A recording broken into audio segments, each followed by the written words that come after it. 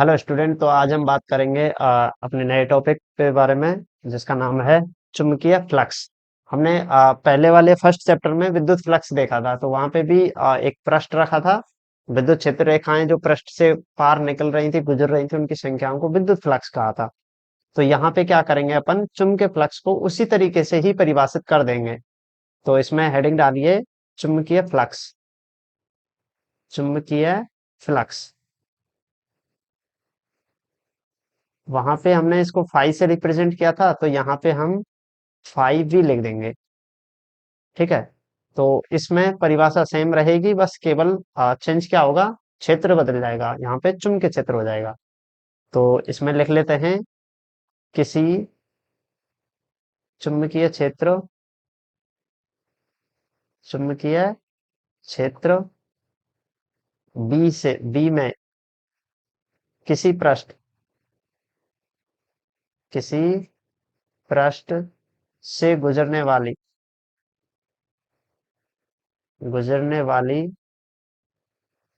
चुंबकीय क्षेत्र रेखाओं की संख्या। चुंबकीय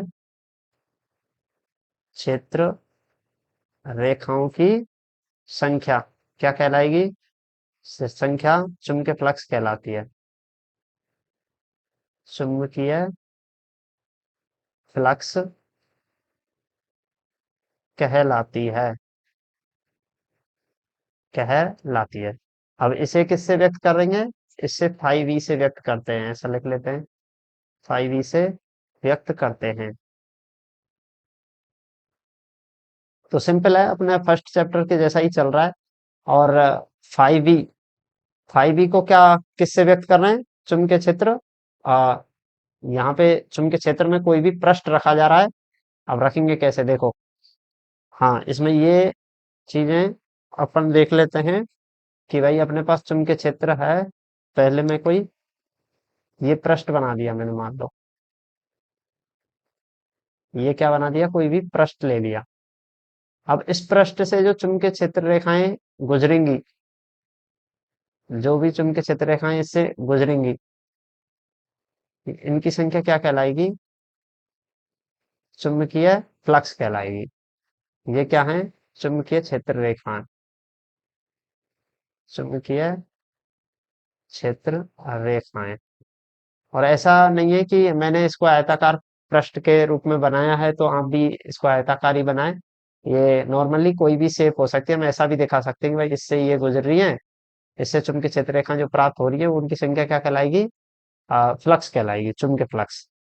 तो होगा क्या कि अपने पास जो भी क्षेत्र है, हम पहले यहाँ पे चुंबकीय फ्लक्स का मान कैसे निकाल पाएंगे? तो इसमें लिखेंगे होता क्या है, देखो। एक होता है अपने पास, ये जैसे कोई भी पृष्ठ है, मैंने ये पृष्ठ माना। इस पृष्ठ का क्षेत्रफल सदिश तो इसके लंबवत होगा, ए वेक्टर। और चुंबकीय क्षेत्र की दिशा मान लो इधर है, बी वेक्टर। तो इन दोनों के बीच में कोई ना कोई तो कोण बनेगा। मैं इसको क्या मान लेता हूँ, थीटा मान लेता हूँ कि इनके बीच में थीटा कोण है। तो अब हम इसके जरिए क्या निकाल सकते हैं? फ्लक्स निकाल सकते हैं। जैसे हमने विद्युत क्षेत्र में फ्लक्स कैसे निकाला था, उनका डॉट प्रोडक्ट किया था, क्षेत्रफल सदिश और जो भी क्षेत्र था विद्युत क्षेत्र। तो यहाँ पे भी हम लिख लेंगे चुंबकीय फ्लक्स।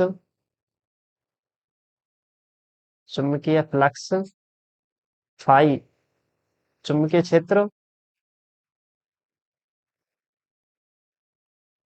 चुंबकीय क्षेत्र बी तथा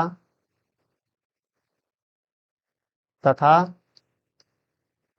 पृष्ठ के क्षेत्रफल सदिश।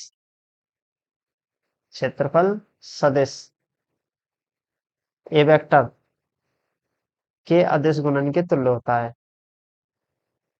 अदिश गुणन के तुल्य होता है। तुल्य होता है, तो इसका मतलब क्या हो गया कि फाई चुंबकीय क्षेत्र, बी वेक्टर और ए वेक्टर के क्या है, अदिश गुणन के तुल्य है। तो इसका मतलब क्या है कि फाई कैसी राशि है? अदिश राशि है। सेम है। तो यहाँ पे हम लिख लेंगे फाई एक अदिश राशि है। अदिश राशि है। ठीक है। और इसका मात्रक क्या है? इसका मात्रक होता है वेबर। वेबर। इसको हम लिख देते हैं WEVER। इसको रिप्रेजेंट करेंगे WV से। WV से, तो इसका मात्रक क्या होता है? वेबर होता है। ठीक है, हम इसको बोलते हैं कि कितना चुंबकीय फ्लक्स है, तो हम उसकी यूनिट क्या लिखते हैं? वेबर लिखते हैं, WV। तो फाई कैसी है? अदिश राशि। और इसमें कैसे निकाला है इसको? चुंबकीय क्षेत्र जो भी इससे गुजर रहा है उसकी दिशा होगी, और ये पृष्ठ थोड़ा सा झुका है या फिर किस दिशा में है, तो उसका एक क्षेत्रफल सदिश बनाते हैं। और क्षेत्रफल सदिश क्या होता है? पृष्ठ के लंबवत होता है। लेकिन क्षेत्र, चुंबकीय क्षेत्र से तो कोई ना कोई कोण बना के रहेगा, तो हम उस कोण के जरिए हम क्या निकाल पाएंगे? Dot product. तो ये डॉट प्रोडक्ट करके हम क्या निकाल सकते हैं? चुंबकीय फ्लक्स का मान निकाल सकते हैं। और इसको और भी अच्छे से लिखना है तो फाई भी लिख सकते हैं, जो कि किसको रिप्रेजेंट कर रहा है? एक चुंबकीय फ्लक्स को व्यक्त कर रहा है। अब इसके लिए हम क्या कर सकते हैं? इसकी कंडीशन देख लेते हैं। Case first. केस फर्स्ट, जब थीटा, हाँ यहाँ पे ये और लिख देते हैं समीकरण एक से। वापस से इसको क्या लिख सकते हैं? डॉट प्रोडक्ट खोल के समीकरण एक से क्या हो जाएगा अपने पास? Five B, B dot A है, तो इसको हम फाइव, वो बी ए कॉस थीटा लिख सकते हैं। बी ए कॉस थीटा भी लिखा जा सकता है। तो ये दोनों याद रखना है। एक याद हो गया तो दूसरा तो ऑटोमेटिक याद हो जाएगा। यहाँ पे थीटा किस किस के बीच का कोण है? थीटा है बी वेक्टर व क्षेत्रफल सदिश, क्षेत्रफल सदिश ए वेक्टर के बीच का कोण। ए वेक्टर के बीच का कोण है।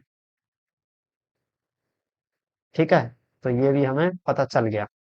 अब केस देख लेते हैं कि भाई कितने कोण पर क्या क्या कंडीशन होगी। केस फर्स्ट, पहली बात, जब थीटा कितना हो? 0 डिग्री। जब थीटा 0 होगा तो क्या होगा?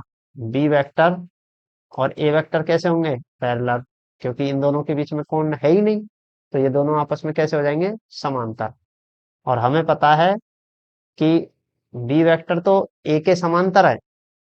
यहाँ पे ध्यान से देखना इसमें, बी वेक्टर तो ए के समांतर है। कंडीशन ऐसे आ गई, इधर ही बी है, बी वेक्टर भी इधर ही है, और क्षेत्रफल सदिश इधर कब बनेगा? जब पृष्ठ कैसा हो?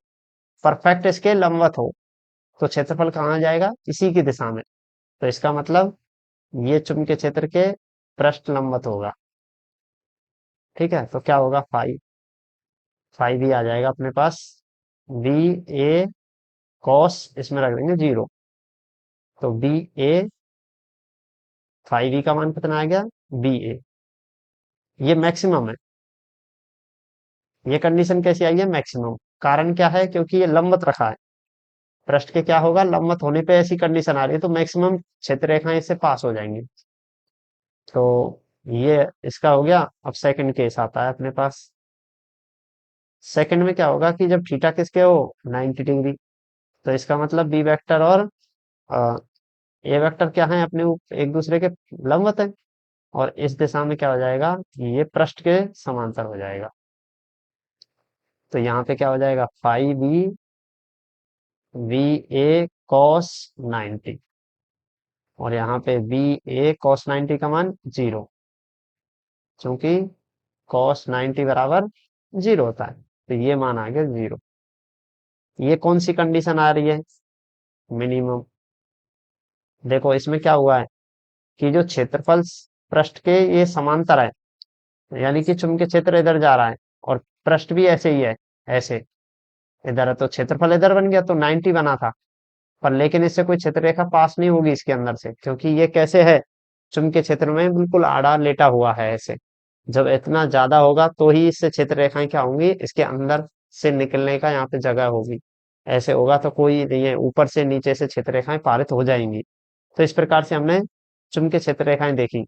अब इसके मात्रक और देख लेते हैं, फ्लक्स के। फ्लक्स के मात्रक एवं विमा देखो। मात्रक क्या है इसका?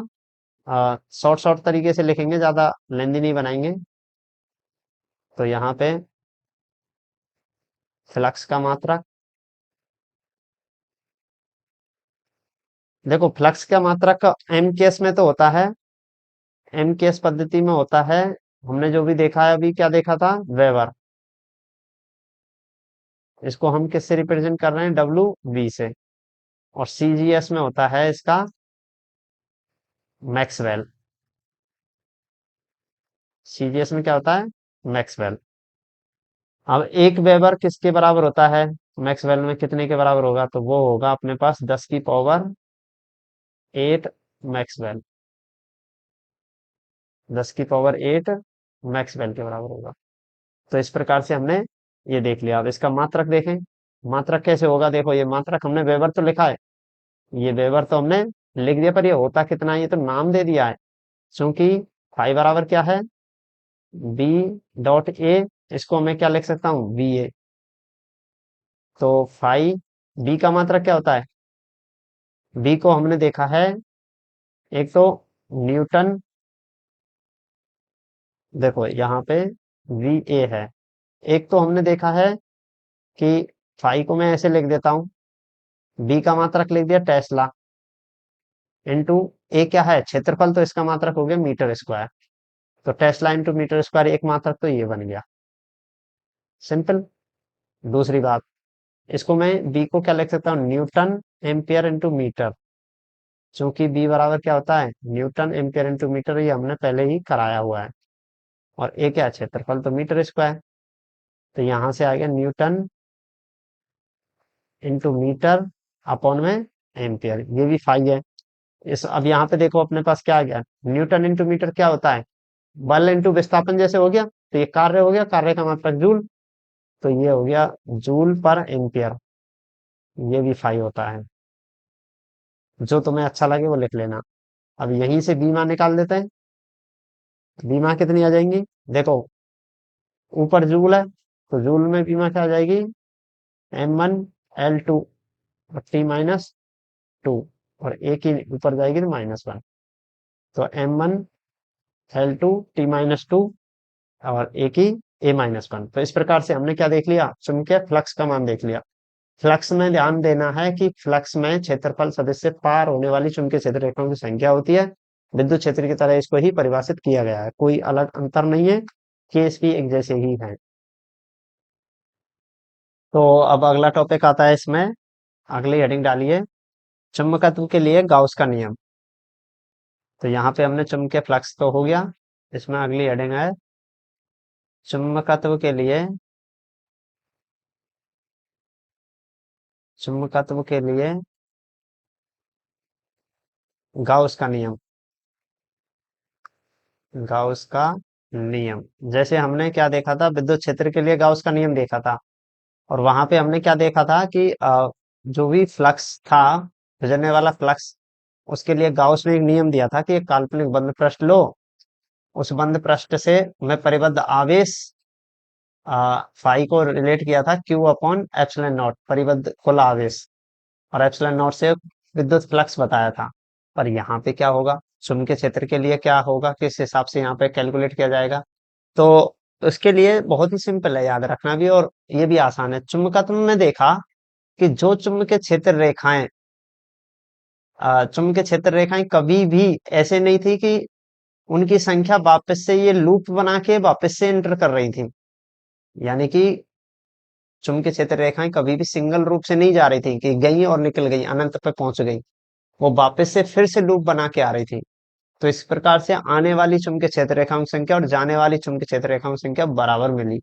तो गाउस ने इसी नियम पे एक नियम दे दिया कि कुल चुंबकीय फ्लक्स का मान 0 होगा। तो इसको लिख लेते हैं। तो यहाँ पे कोई पृष्ठ हमने ले लिया, ये मान के चलो मैंने ये कोई पृष्ठ ले लिया है, ठीक है। और इसको कैसे भी बना लिया करो, ऐसे मैंने जैसे बनाया है वैसे कोई जरूरत नहीं है, मैं जैसे ड्रा हो जाता है वैसे खींच देते हैं। तो ये चुंबकीय क्षेत्र रेखाएं इधर गुजर रही हैं, मान के चलो ये बी वेक्टर है, ठीक है। और कोई अल्पांश क्षेत्रफल हम ले लेते हैं, कोई भी ले लिया, ये ले लिया, यहाँ पे मैं अल्पांश क्षेत्रफल ये ले लेता हूँ। इस क्षेत्रफल पर चुंबकीय क्षेत्र रेखाएं मान लिया कि बी वेक्टर इधर है। थोड़ा सा मान लो कि ए वेक्टर इधर है और बी वेक्टर क्या इधर है, इधर। तो एक एक की जगह हम क्या मान लेते हैं, इसको अल्पांश क्षेत्रफल मान लेते हैं। इसको ले लेते हैं डीबी, डी ए क्षेत्रफल अल्पांश, ठीक है। तो यहाँ लिख लेंगे अल्पांश क्षेत्रफल के लिए चुंबकीय फ्लक्स, चुंबकीय फ्लक्स, फ्लक्स, फ्लक्स, फ्लक्स क्या हो जाएगा, फाई।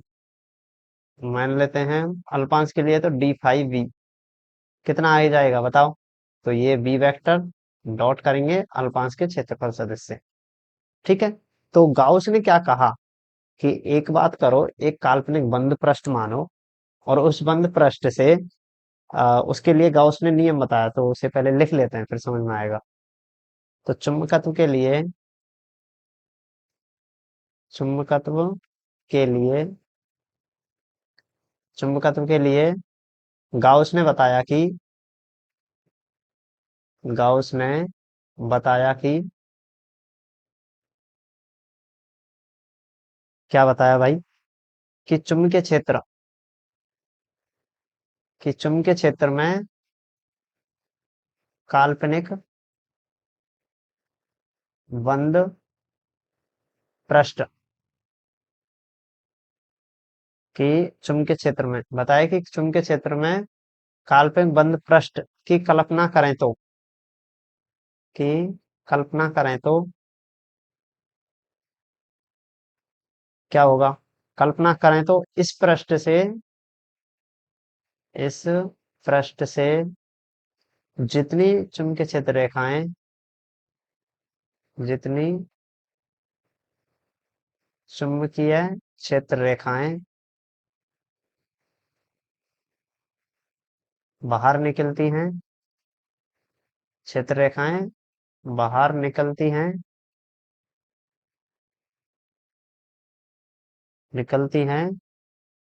उतनी ही संख्या में,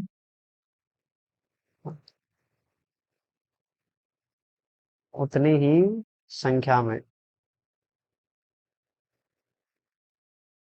उतनी ही उतनी ही संख्या को रहने देते हैं, उतनी ही क्षेत्र रेखाएं क्या हो जाएंगी, क्षेत्र रेखाएं प्रवेश करती हैं, प्रवेश प्रवेश करती हैं, ठीक है।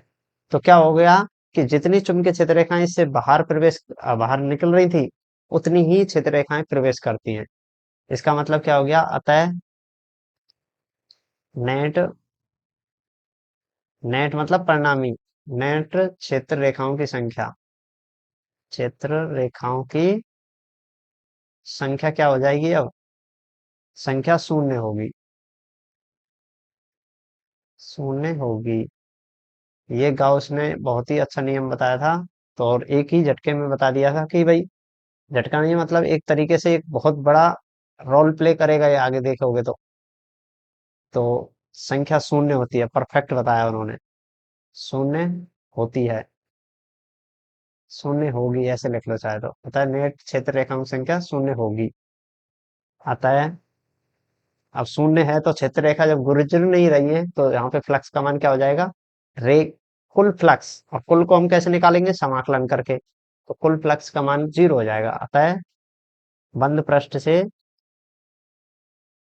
बंद पृष्ठ से निर्गत नेट फ्लक्स, नेट फ्लक्स शून्य होगा, शून्य होगा। तो यहाँ पे फाई बी, और कुल कैसे निकालेंगे, समाकलन करेंगे बी डॉट डी ए, और बंद पृष्ठ कर देंगे इसको, ये कैसा आएगा, 0, पृष्ठीय है तो सरफेस लगा देंगे। तो ये गाउस ने नियम दिया था भाई, कि बंद पृष्ठ से निर्गत कुल फ्लक्स का मान क्या आता है, शून्य। ये क्या अस्तित्व बताता है कि चुंबक का एक ध्रुव नहीं होता, कि चुंबकीय क्षेत्र रेखाएं उससे पारित होती रहे। तो इसके निष्कर्ष भी लिखेंगे, पर इसको एक लाइन में और लिख लेते हैं कि भाई अगर तुम्हें एक लाइन में परिभाषित करना है तो चुंबकत्व के लिए गाउस के नियमानुसार गाउस के नियमानुसार अनुसार किसी भी बंद पृष्ठ से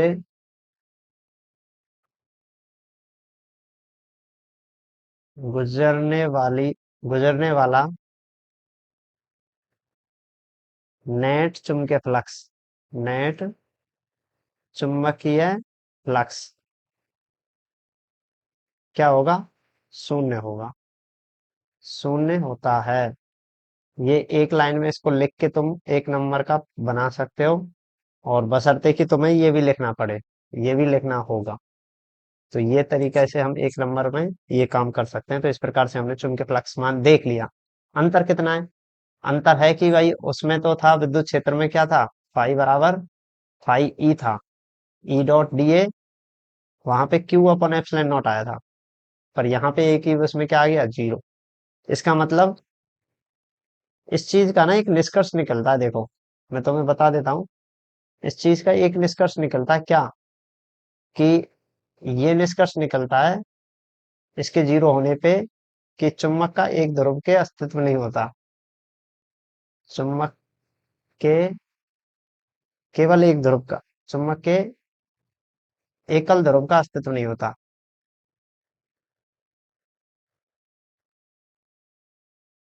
अस्तित्व नहीं होता।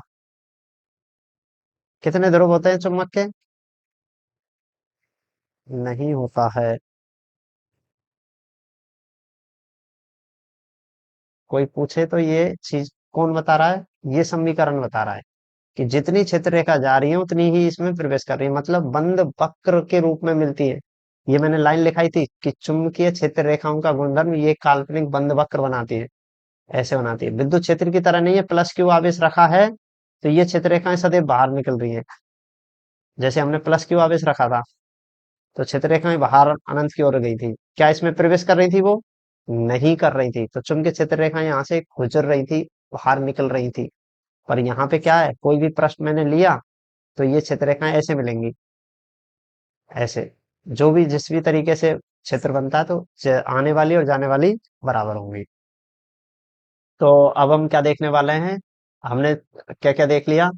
सबसे पहले तो हमने फ्लक्स देखा, फिर फ्लक्स के लिए चुंबकीय क्षेत्र के लिए गाउस का नियम देख लिया। अब अपने पास आते हैं कुछ चुंबकीय पारिभाषिक शब्द, और उन शब्दों में सबसे पहले हम ना पहले स्टार्ट करेंगे चुंबकन क्षेत्र। तो इसमें हेडिंग डालो चुंबकन क्षेत्र। चुंबकन क्षेत्र इसको रिप्रेजेंट करेंगे एच से। तो ये होता क्या है, परिभाषा लिखते जाओ और समझते चलते हैं। तो इसमें देखते हैं जब किसी वस्तु को बाह्य चुंबकीय क्षेत्र बाह्य चुंबकीय क्षेत्र बाह्य चुंबकीय क्षेत्र में चुंबकित करने के लिए रखा जाता है। बाह्य चुंबकीय क्षेत्र में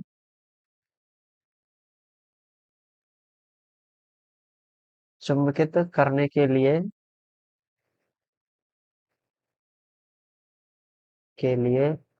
रखा जाता है तो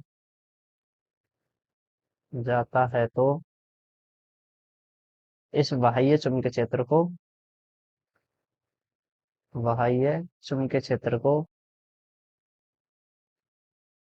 चुंबकीय क्षेत्र को क्या कहेंगे? चुंबकन क्षेत्र। क्षेत्र को चुंबकन क्षेत्र कहते हैं। चुंबकन क्षेत्र कहते हैं। चुंबकन क्षेत्र ब्रैकेट में लिख लेना, एच कहते हैं। ठीक है। तो इस प्रकार से चुंबकन क्षेत्र क्या है, कि हमने कोई भी लोचुंबकीय पदार्थ है, वस्तु है, उसको चुंबकित करना है, उसमें चुंबकीय गुणों को लेके आना है। तो क्या करेंगे, कोई बाह्य चुंबकीय क्षेत्र होगा उसके अंदर उसको रखेंगे, तो उसमें जो गुणधर्म आएंगे, तो जो बाह्य क्षेत्र होगा सराउंडिंग में, वो क्या हो जाएगा, चुंबकन क्षेत्र हो जाएगा। तो इसको एच से व्यक्त करते हैं। ठीक है, तो ये अपने पास एच हो गया। अब यहाँ पे लिखेंगे चुंबकन क्षेत्र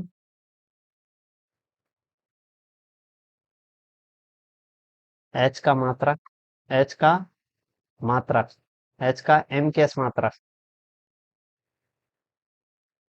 एम के एस मात्रक हो जाएगा इसका एम्पियर प्रति मीटर,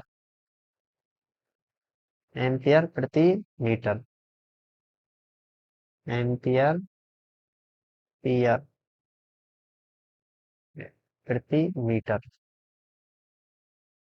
इसको ना वैसे भी लिख सकते हैं, कुछ कहीं एग्जाम में देखो और घबरा जाओ, इसको हम ऐसे भी लिख सकते हैं भाई, अपॉन वाली चीज को प्रति करके भी लिख सकते हैं। एम्पियर, एम्पियर प्रति मीटर, ऐसे भी लिखा जा सकता है। कहीं वहां पे जाके कि सर ने तो हमें क्या लिखाया, बटे में भाग दे के लिखाया। तो ये छोटी छोटी चीजें हैं, तो हमें बेसिक पहले से ही कवर होना चाहिए। इसको प्रति बोलते हैं, प्रति मीटर कह सकते हैं। ठीक है, तो इसका सीजीएस मात्रक क्या होगा भाई, इसका सीजीएस मात्रक, सीजीएस मात्रक होता है ओरस्टेड, ओरस्टेड। अब एक एम्पियर पर मीटर होता है 80 ओरस्टेड, ये इनमें संबंध है। ठीक है, तो एम के एस मात्रक पता चल गया, सीजीएस मात्रक पता चल गया। और क्या क्या होता है, बाह्य चुंबकीय क्षेत्र में जब भी हम रखते हैं, चुंबकीय गुणधर्म आते हैं उसमें, तो जो बाह्य होता है वो चुंबकीय क्षेत्र क्या कहलाता है, चुंबकन क्षेत्र कहलाता है। अगली हेडिंग डालो, चुंबकन तीव्रता, चुंबकन तीव्रता, चुंबकन तीव्रता को हम रिप्रेजेंट करेंगे आई से या एम से, कैपिटल एम। कैपिटल एम से क्यों कर रहे हैं, क्योंकि ये कहीं ना कहीं एक पहले वाला एम से रिलेट करनी होगी। तो चुंबकन तीव्रता क्या है, प्रति एकांक आयतन का परिणामी, प्रति एकांक आयतन का परिणामी चुंबकीय द्विध्रुव आघूर्ण, परिणामी चुंबकीय द्विध्रुव आघूर्ण। अब कहीं कहीं पे बुक में ये चुंबकीय द्विध्रुव की जगह चुंबकीय आघूर्ण लिख दिया है, तो घबराना नहीं है, एक ही बात है, चुंबकीय आघूर्ण चुंबकन तीव्रता कहलाती है, चुंबकन तीव्रता कहलाती है। तो मैं इसको क्या लिख दूंगा, अतः आई या कैपिटल एम बराबर, परिभाषा क्या कहती है, प्रति एकांक आयतन, तो आयतन को कहाँ पहुंचा देंगे, नीचे। क्या, चुंबकीय द्विध्रुव आघूर्ण क्या कहलाएगी, चुंबकीय तीव्रता। तो चुंबकीय द्विध्रुव आघूर्ण परिणामी, तो अपना पर चुंबकीय द्विध्रुव आघूर्ण एम ऐसे लिखा, परिणामी को हम नेट से लिख सकते हैं। तो ये क्या कहलाएगा, चुंबकीय चुंबकन तीव्रता, ये क्या कहलाएगी, चुंबकन तीव्रता आई। और इसको एम से भी रिप्रेजेंट कर रहे हैं, एम से क्यों कर रहे हैं, देखो ये स्मॉल एम तो चुंबकीय द्विध्रुव आघूर्ण था, स्मॉल एम था। तो कैपिटल है कि भाई प्रति एकांक आयतन का, कोई एक पर्टिकुलर आयतन सेक्शन ले लिया, उस आयतन का क्या है ये, चुंबकीय द्विध्रुव आघूर्ण है। तो इस प्रकार से ये हमने यहाँ पे निकाला। अब इसका मात्रक देखना, मात्रक देखो, एम को हमने रिप्रेजेंट किया था आई ए से, एन आई ए चुंबकीय द्विध्रुव आघूर्ण। तो आई ए, आई ए मतलब एम्पियर इंटू मीटर स्क्वायर। तो यहाँ से इसका मात्रक देखा जाए तो चुंबकन तीव्रता आई का मात्रक, और ये ध्यान रखना, ये है क्या है, एक सदिश राशि है, लिख लेना ये। चुंबकन तीव्रता आई एक सदिश राशि है, एक सदिश राशि है। ठीक है, सदिश राशि है। अब इसका मात्रक क्या है, मात्रक निकालें। आई, आई बराबर एम नेट वर्ग में बी। तो एम नेट, इसको हम रिप्रेजेंट किया था आई ए से, धारा इंटू क्षेत्रफल। और बी, ए का मात्रक एम्पियर, आई का, ए क्या था यहाँ पे, क्षेत्रफल था। ये ध्यान रखना, ए क्या था, क्षेत्रफल। ये था क्षेत्रफल। और ये क्या है, आयतन। और आयतन को किससे लिखते हैं, मीटर क्यूब से। और ये मीटर स्क्वायर से। तो ampere into metre square upon में मीटर क्यूब। तो यहां से बच गया एम्पियर अपॉन में मीटर। ये आई का मात्रक आ गया, एम्पियर अपॉन में मीटर। तो याद रहेगा ये, तो याद तो रखना ही पड़ेगा। देखो, एच का मात्रक और आई का मात्रक सेम है। एच का मात्रक भी ampere upon metre, ampere upon metre. और आई का मात्रक भी एम्पियर अपॉन मीटर है। तो वही चुंबकन तीव्रता, बाह्य चुंबकीय क्षेत्र में रखो या फिर ये चुंबकन तीव्रता लगभग सिमिलर है और मात्रक भी एक जैसा ही है। अब अगली टर्म आती है चुंबकीय प्रवृत्ति। ये कुछ चुंबकीय पारिभाषिक शब्द हैं। चुंबकीय प्रवृत्ति, प्रवृत्ति, इसको, ये चिन्ह बड़ा जोरदार है, काई, इसको बोलते हैं काई। पानी वाली काई नहीं है, ये काई है। इस चिन्ह का ही नाम क्या है, काई। और काई बनाने का तरीका क्या है, एक्स मत बनाना, ये ऐसे बनेगी, एक ऐसे, ऐसे, काई। ऐसे ले जाओ, ऐसे ले जाओ, एक ऐसे, एक ऐसे, बड़े मस्ती से बनाओ, आराम से बन जाएगी। ठीक है, नहीं बने तो बुक देख लेना कैसे बन रही, छाप लेना फिर। तो काई होती क्या है, अब हम एक जो लाइन लिख रहे हैं ना, ये बार बार यूज में आएगी, वो देखते जाना कैसे लिख रहे हैं। जब किसी चुंबकीय पदार्थ को, चुंबकीय, जब किसी चुंबकीय पदार्थ को, चुंबकीय पदार्थ को चुंबकन क्षेत्र, चुंबकन क्षेत्र, चुंबकन क्षेत्र कौन सा है, बाह्य चुंबकीय क्षेत्र, चुंबकन क्षेत्र एच में रखा जाता है तो, रखा जाता है तो क्या होगा, इस वस्तु में क्या आ जाएंगे, चुंबकीय गुण आ जाते हैं। तो उस वस्तु में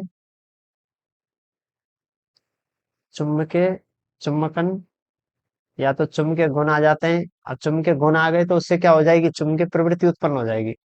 तो उस वस्तु में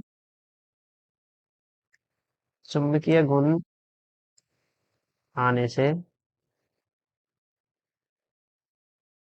आने से चुंबकीय प्रवृत्ति, आने से चुंबकन तीव्रता, चुंबकन तीव्रता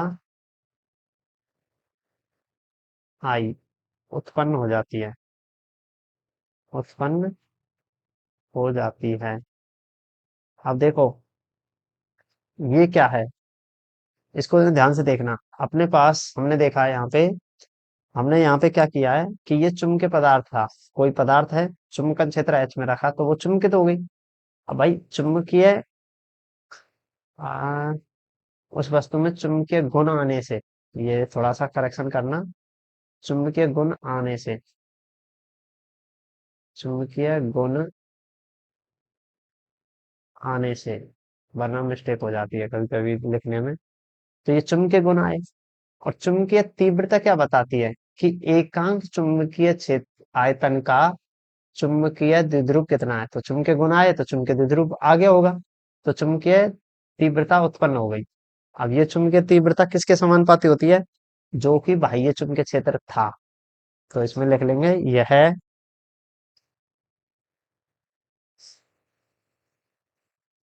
यह चुंबकन तीव्रता,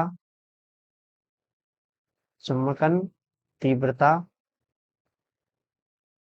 आई, चुंबकन क्षेत्र, चुंबकन क्षेत्र एच के समानुपाती होती है। एच के समानुपाती होती है। ठीक है, तो इसको लिख देते हैं। एच के समानुपाती कैसे लिखेंगे? समानुपाती है तो समानुपाती की तरीके से लिख देंगे, आई समानुपाती एच। तो एक समानुपाती नियतांक का आएगा, वो आएगा काई। आ गया बेचारा काई। तब से परिभाषित कर रहे थे हम, काई आ ही नहीं रहा था। तो ये क्या है? चुंबकीय, क्या है ये? चुंबकीय प्रवृत्ति, चुंबकीय प्रवृत्ति काई। तो अब ये क्या है? एक समानुपाती नियतांक है, चुंबकीय प्रवृत्ति। हाँ, इसको लिख लेते हैं, चलो सही से लिख लेते हैं। यहाँ पे लिख लेते हैं काई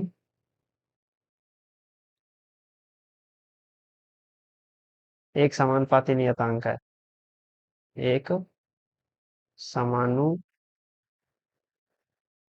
नियतांक है। समानुपाती नियतांक है, इसे क्या कहेंगे? इसे चुंबकीय तीव्रता कहते हैं। इसे चुंबकीय प्रवृत्ति कहते हैं, सॉरी, चुंबकीय प्रवृत्ति कहते हैं। अब इसको ऐसे परिभाषित करें क्या? कहते हैं। यहाँ पे लिखा कहते हैं, इसको और अच्छे से कर देते हैं। समीकरण एक से, समीकरण एक से क्या हो जाएगा? काई, काई क्या आ जाएगा? काई आ जाएगा अपने पास। काई को सही से बनाए, चित्र सही होना चाहिए। तो अरे भाई, काई, काई थोड़ा सा सिर दर्द करने लग रहा है। हम कह रहे हैं बन गया, हाँ बन गया। काई क्या हो जाएगा? आई अपन एच। तो ये है काई, एक्स के तरीके से देख रहा है। कोई ना, इसको सही से बना लेना है ना। तो बड़ा एक्स जैसा ही है, पर थोड़ा सा लहर देते हुए। तो यहाँ पे हम ये लिख सकते हैं, चुम्बकन, चुम्बकित वस्तु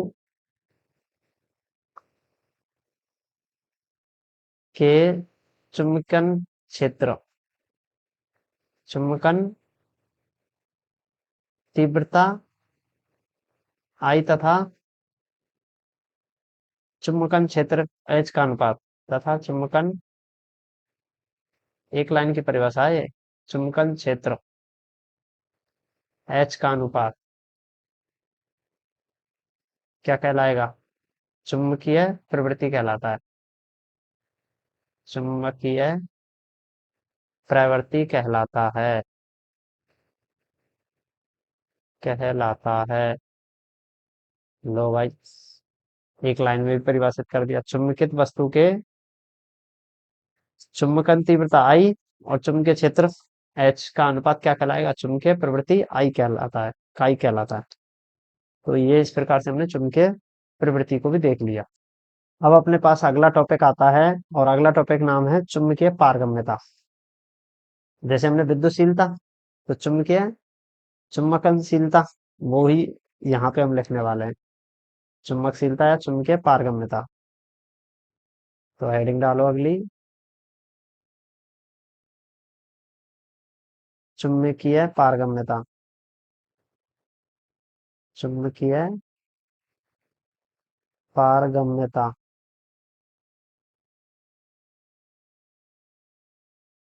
पारगम्यता। इसको म्यू से व्यक्त करेंगे, या फिर हम इसको शॉर्ट में लिखें चुंबकशीलता। जैसे विद्युतशीलता लिखा था, ऐसे ही है वो चुंबकशीलता। सेम है, परिभाषित करने का भी एक ही तरीका है। तो यहाँ पे अपन क्या करेंगे, इसको परिभाषित करेंगे। कैसे करेंगे? तो अपन यहाँ पे दो चीजों से परिभाषित करेंगे, कि हम चुंबकन क्षेत्र में रख रहे हैं एच में, तो किसी वस्तु में चुंबकीय क्षेत्र उत्पन्न हो जाएगा बी। तो इनका अनुपात, एच और बी का अनुपात क्या कहलाएगा? चुंबकीय पारगम्यता। तो यहाँ पे लिख लेते हैं, जब किसी चुंबकन क्षेत्र चुंबकन क्षेत्र H में किसी लोह युक्त वस्तु लोह युक्त वस्तु लोह युक्त वस्तु का मतलब है, लोह चुंबकीय वस्तु होती है जो चुंबक की ओर आकर्षित होती है। युक्त वस्तु को चुंबकित होने के लिए रखा जाए, चुंबकित करने के लिए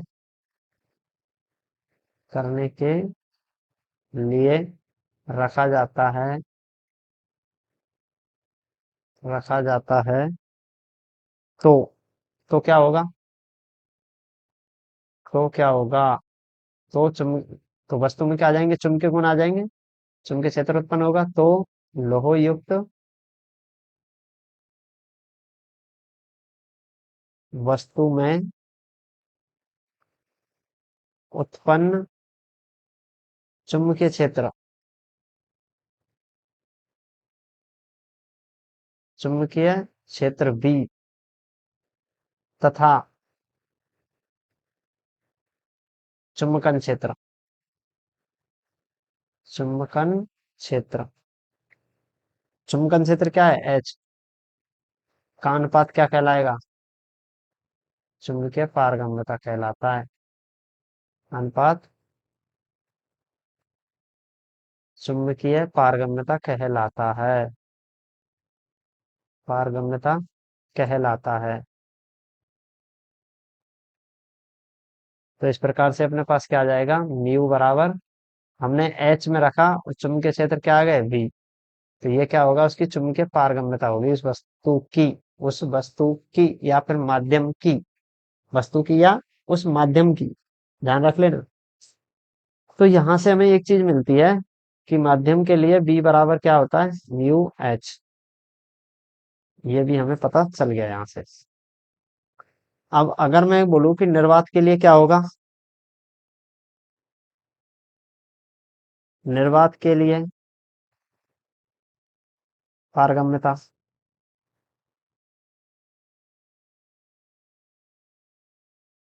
म्यू जीरो होगी, और ये हो जाएगी बी जीरो अपॉन में H zero, B zero upon में एच जीरो।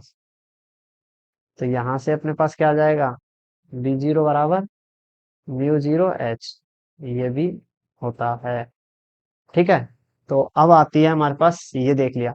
अब जब हमने माध्यम की विद्युतशीलता देखी थी, तो यहाँ चुंबक की चुंबकशीलता देख ली, चुंबकीय पारगम्यता देख ली। तो हम वहां पे आपेक्षिक विद्युतशीलता देखते थे, तो यहाँ पे क्या देखेंगे, आपेक्षिक पारगम्यता। अगली हेडिंग डालो, आपेक्षिक पारगम्यता गम्यता। इसको किससे नोट करेंगे, म्यू आर से। तो कैसे करेंगे, सीधा लिखा दें, इसमें तो कोई परिभाषित करने का ऐसा कुछ है नहीं।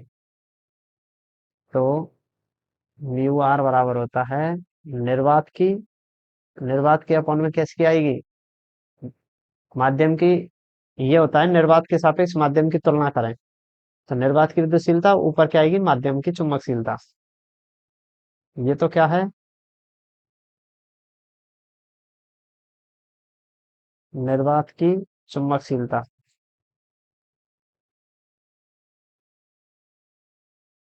और ये क्या है, माध्यम की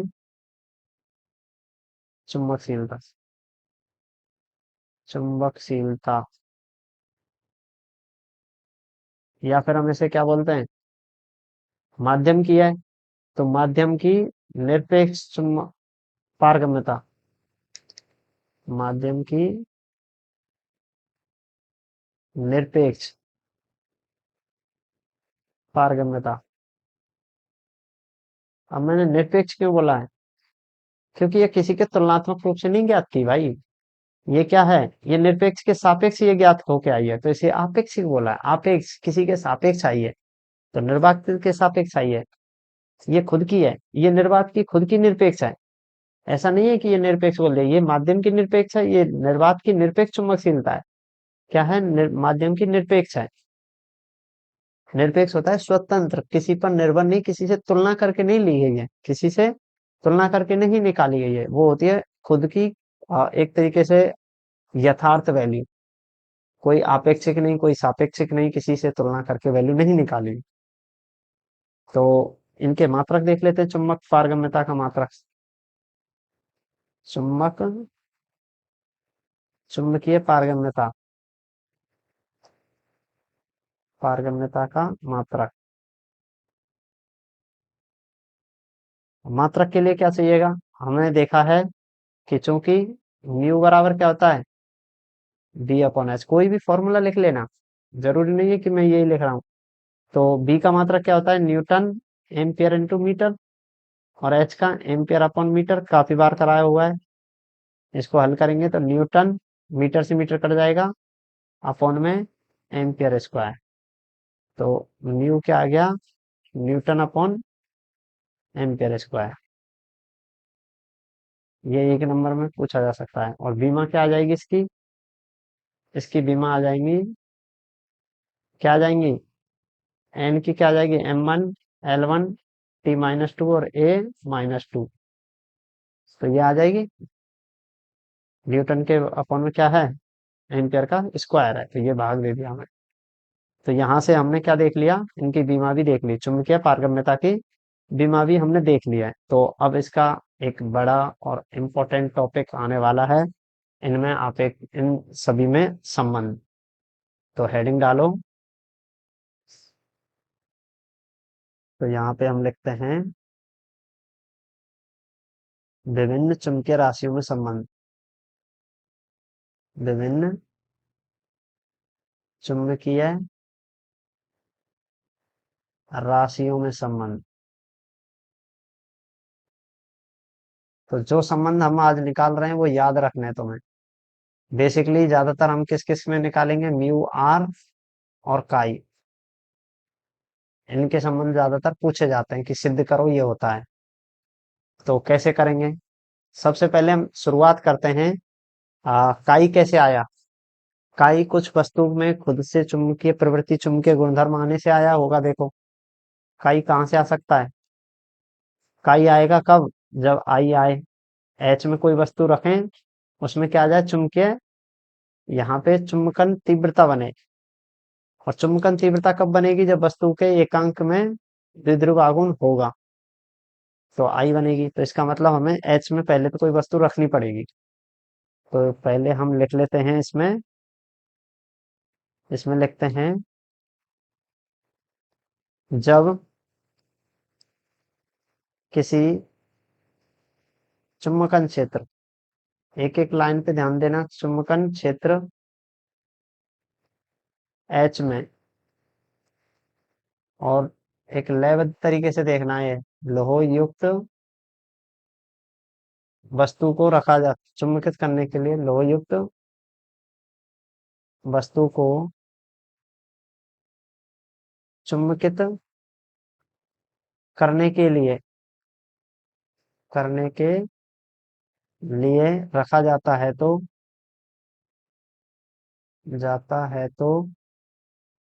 क्या होगा, तो लोहयुक्त वस्तु में क्या आ जाएंगे, चुंबकीय, चुंबकीय क्षेत्र से वो चुंबकीय गुण प्राप्त कर लेगा। तो लोह तो लोहयुक्त वस्तु, लोहयुक्त वस्तु चुंबकीय, चुंबकन क्षेत्र, चुंबकन क्षेत्र से चुंबकीय गुण, चुंबकीय चुंबकीय गुणों को ग्रहण कर लेते हैं, करता है, चुंबकीय गुणों को ग्रहण करता है, ग्रहण करता है। इस स्थिति में वस्तु का परिणामी चुंबकीय क्षेत्र, वस्तु का परिणामी चुंबकीय क्षेत्र क्या होगा, बी, मैं लिख देता हूँ B0 प्लस BM। कैसे लिखा? देखो, जब कोई चुंबकन क्षेत्र में कोई वस्तु को रखते हैं तो चुंबकीय गुण आते हैं, तो बी आ गए। पहला तो आएगा जो बाह्य चुंबकन क्षेत्र है एच, ये है, इसके कारण, एच के कारण तो कौन आएगा? B0। और जो लोह चुंबकीय वस्तु है, लोह युक्त वस्तु का चुंबकन है, लोह युक्त वस्तु है, उसके उसकी खुद की चुंबकन प्रवृत्ति होगी, उससे आएगा BM। तो बस यहाँ पे इसको एक समीकरण दे देते हैं और ये चीजें, ये बातें लिख देते हैं। तो यहाँ पर B0 किससे आएगा? चुंबकन क्षेत्र, क्षेत्र H का चुंबकीय क्षेत्र है, H का चुंबकीय क्षेत्र, क्षेत्र है। तो क्या होगा ये? तो यहाँ से हम लिख सकते हैं B0 बराबर μ0 H, और ये हमने ऊपर लिखा है, देखो ये वाला, जो H से चुंबकीय क्षेत्र आएगा B0, H से आएगा B0 B आएगा। तो यहाँ पे H से कौन बन गया? आ, H से, H से बना है B0 स्टार्टिंग का, तो B0 हमने लिख दिया। यहाँ पे H0 वही एक ही बात है, हमने H मान लिया तो वो H ही है। समीकरण नंबर 2।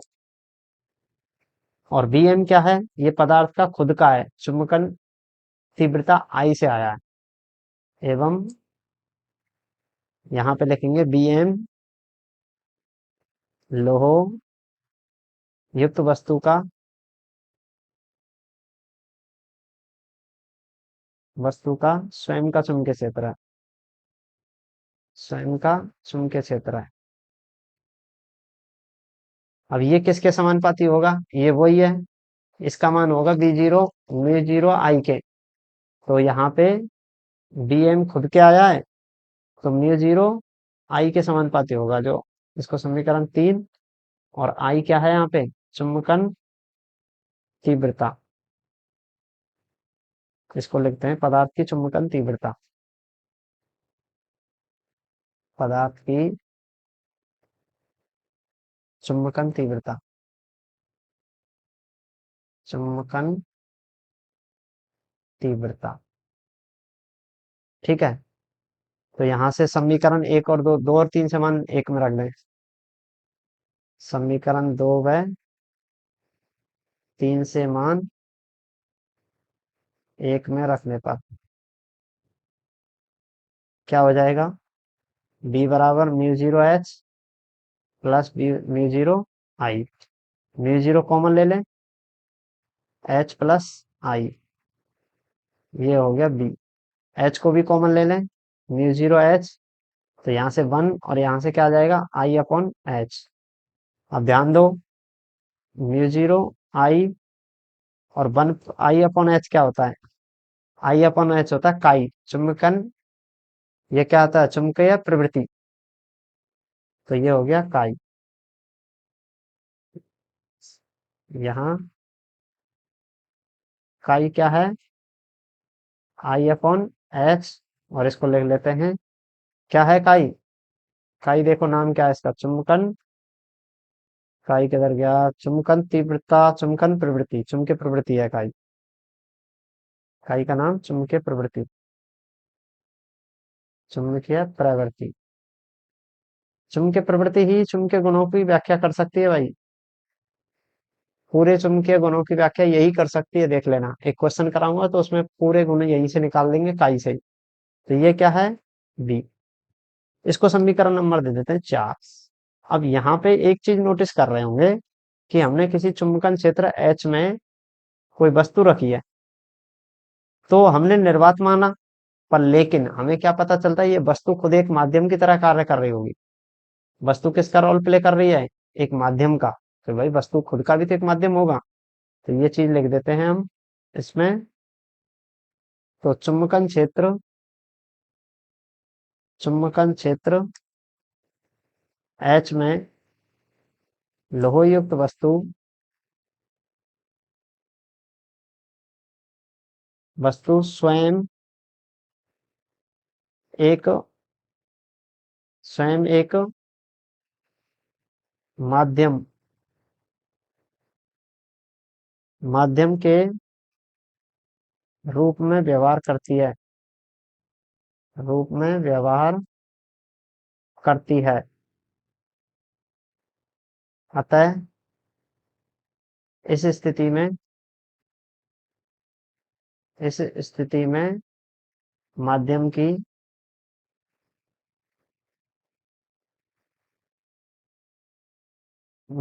चुंबकशीलता चुंबकशीलता म्यू है। तो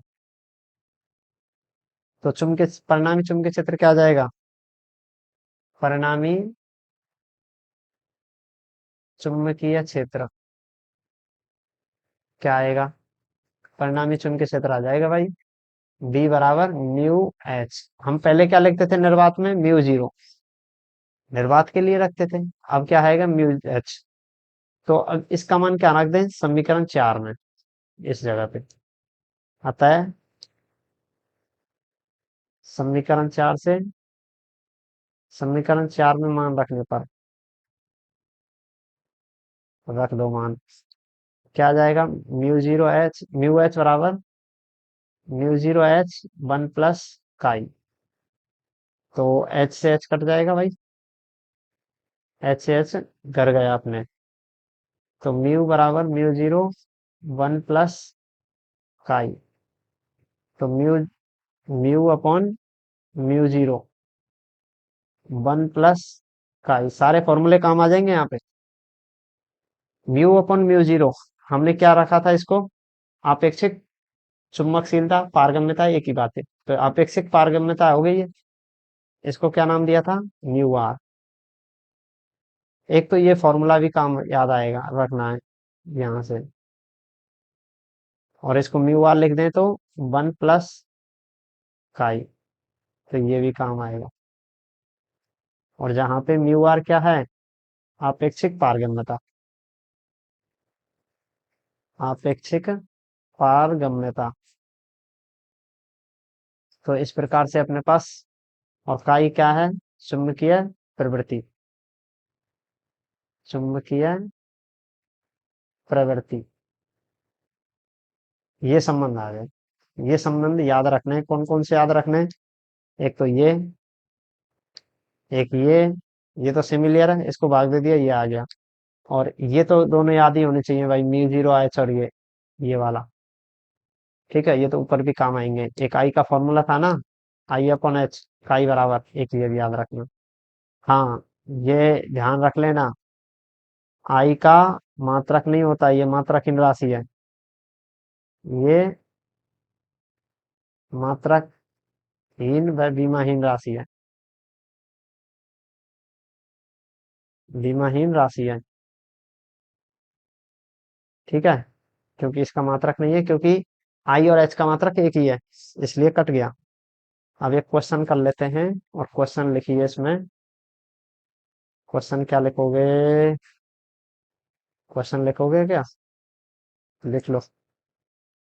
क्वेश्चन है, अनुचुंबकीय पदार्थ अनुचुंबकीय पदार्थ क्रोमियम क्रोमियम की चुंबकशीलता, क्रोम की चुंबकीय प्रवृत्ति दे रखी है। प्रवृत्ति का मान क्या है? 2.7 इंटू 10 की पावर -4 है। इसकी निरपेक्ष तथा आपेक्ष चुंबकीय पारगम्यता ज्ञात करो। पारगम्यता ज्ञात करो भाई, ज्ञात करो भाई। सॉल्यूशन। केवल चुंबकीय प्रवृत्ति काई दे रखी है, 2.7 गुना 10 की पावर -4। सब कुछ निकलवा लिया इसने, केवल काई दे दी है। काई बहुत बेकार काई है फिर तो, ये इतनी दिक्कत दे दिया है। चूंकि म्यू आर बराबर 1 प्लस काई। तो अपन को क्या चाहिए, एक तो म्यू आर आपेक्षिक, ये ज्ञात करनी है, देखो ये वही ज्ञात करना, आपेक्ष चुंबकीय के पारगम्यता। तो आपेक्ष तो यही होता है, तो यहाँ से क्या कर देंगे, या फिर इसको बाद में निकालें तो इसको हम ऐसे लिख दें, म्यू बटे म्यू जीरो 1 प्लस काई, और म्यू बराबर म्यू जीरो 1 प्लस काई। और ये निरपेक्ष है, ये निरपेक्ष है और ये आपेक्ष है, तो दोनों निकालना है। तो मान रखो इसमें म्यू, म्यू नॉट का मान क्या है, म्यू नॉट का मान क्या है, 4 pi into 10 to power -7। 1 plus chi का मान कितना है, 2.7 इंटू 10 की पावर -4। तो 4 पाई इंटू 10 की पावर -7, और ये आ जाएगा कितना, 1 पॉइंट, कितना आएगा, 1.0027। और इसको हल करेंगे तो 12.5634, 10 टू पावर -7 म्यू आ गया। और म्यू का मात्रा क्या होता है, H/m से व्यक्त कर देते हैं। एक तो ये आ गया। अब यहां से ये तो निरपेक्ष आ गया। अब आपेक्ष के लिए, आपेक्ष पारगम्यता, वो तो क्या है, म्यू आर बराबर 1 प्लस काई। इसमें 1 को जोड़ना है, 1 प्लस काई का मान कितना है, 2.7 10 टू पावर -4। पहले यहाँ से दो नहीं जुड़ेगा, पहले घात को इसको लिख लेना, 0.00027। ठीक है, अब आएगा ये 1.00027। और म्यू आर का कोई मात्रक होता नहीं है, ये देख लेना। तो ये अपने पास हो गया। उसमें लिखा है ना अपेक्षित, अपेक्षित का मात्रक हीन राशि होती है, हाँ लिखा है, कहाँ लिखा है, हाँ चुंबकीय पारगम्यता। तो ये लिख लेना भाई, ये यहाँ पे ये मात्रहीन है। ठीक है, मात्रहीन है, विमाहीन है। ठीक है, तो इस प्रकार से हमने ये लिख लिया। तो मिलते हैं अगली क्लास में, प्रैक्टिस करो, कुछ याद करो इन टर्मों को, और आगे क्लास में मिलते हैं फिर। ठीक है, तो प्रैक्टिस करते रहिए। तो यहाँ पे मिलते हैं अगली क्लास में।